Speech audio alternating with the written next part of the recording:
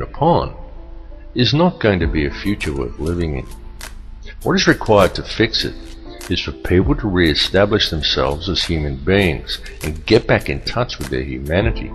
Take control of your own life. Start growing your own food and take responsibility for yourself and realize and accept your connection to others. 120 years ago, a situation such as the one we are now in would have been unthinkable. So why then is it so prevalent today? Well, the reason it is so prevalent and we are now in this situation is because it has been done by design. The reason is that we are being set up. And I don't tell people this in order to scare them. I tell people simply because it is important they become aware of it, as it is a situation that can still be rectified once people become aware of the truth. Now, there are many who choose to blame different groups for this. They claim Zionism is to blame, or it's the Bilderberg Group, or it's the international banksters and the money system that's the root of the problem. Yet the truth is that all of these things are merely differing mechanisms of control that are all interconnected. Certainly the money system is the head of the snake that's used to control it all, including the people. But ultimately, it's all one system, and all of these mechanisms are merely different layers of the same onion. They are differing levels in the hierarchy, and different arms of the same octopus.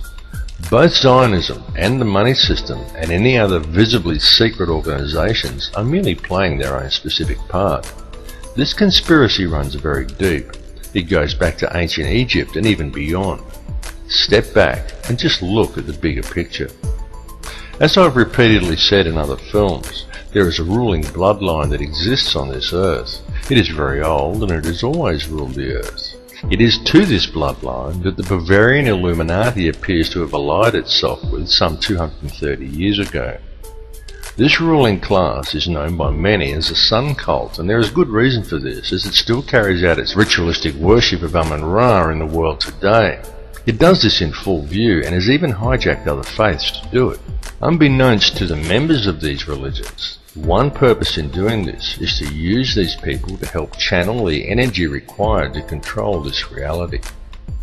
There have been a great many people involved in this bloodline, both genetically and ideologically, and it is the upper echelons of this ancient sun cult who ultimately sit at the top and steer the ship of state. If the truth be known, there is already one world government in control of this planet. It's just that it's hidden in the shadows and governs the world through covert methods, the three most prominent of which are by controlling the flow of the world's resources, its manipulation of the global money supply, and most importantly, through the control over the flow of information. Now, archaeological evidence clearly shows us that there have indeed been civilizations as advanced as our own, and perhaps even in possession of technology that we are still yet to realize, that once existed on this planet in times long past. Archaeological evidence also clearly shows us that many thousands of years ago, the Earth suffered some kind of catastrophe. In fact, there have been several. The last one that was recorded in any discernible way was the deluge described in the Bible as the flood of Noah. The deluge did take place. It's recounted in many cultures, some going back even further than the Bible. It exists in Babylonian texts in the Epic of Gilgamesh. It even exists in the legends of Native Americans, of South American cultures, and even in the legends of the Australian Aboriginal, and in many other places besides. And this is not by coincidence. The deluge did in fact occur.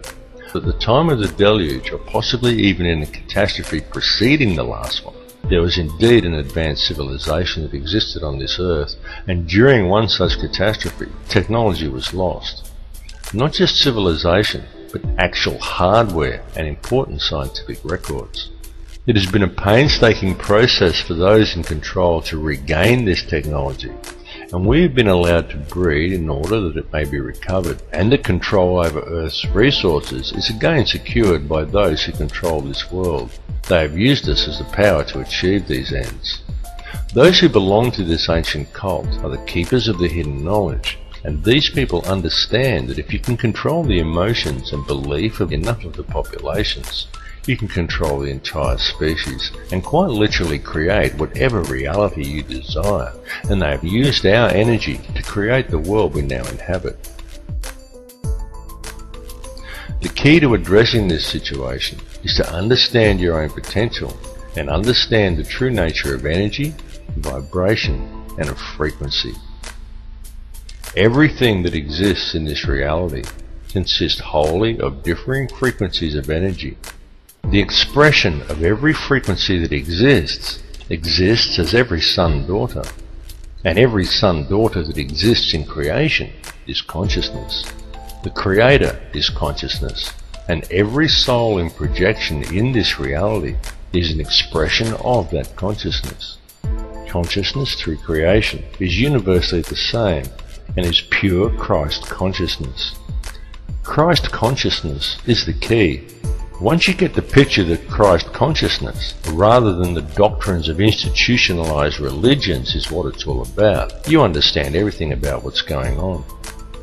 Creation exists solely through the loving responsibility and intent of every soul in projection, every expression of the consciousness of the Creator. And this has nothing to do with institutionalized religion. Institutionalized religion has been devised by man to hide you from the truth and from the Christ consciousness that lies within you. Your inner thoughts and emotions literally affect the outer physical world around you. It is extremely important for people to understand that your feelings and the effect they have on the world around you are not something you can switch off and on at will. It's an ongoing thing that's happening all the time.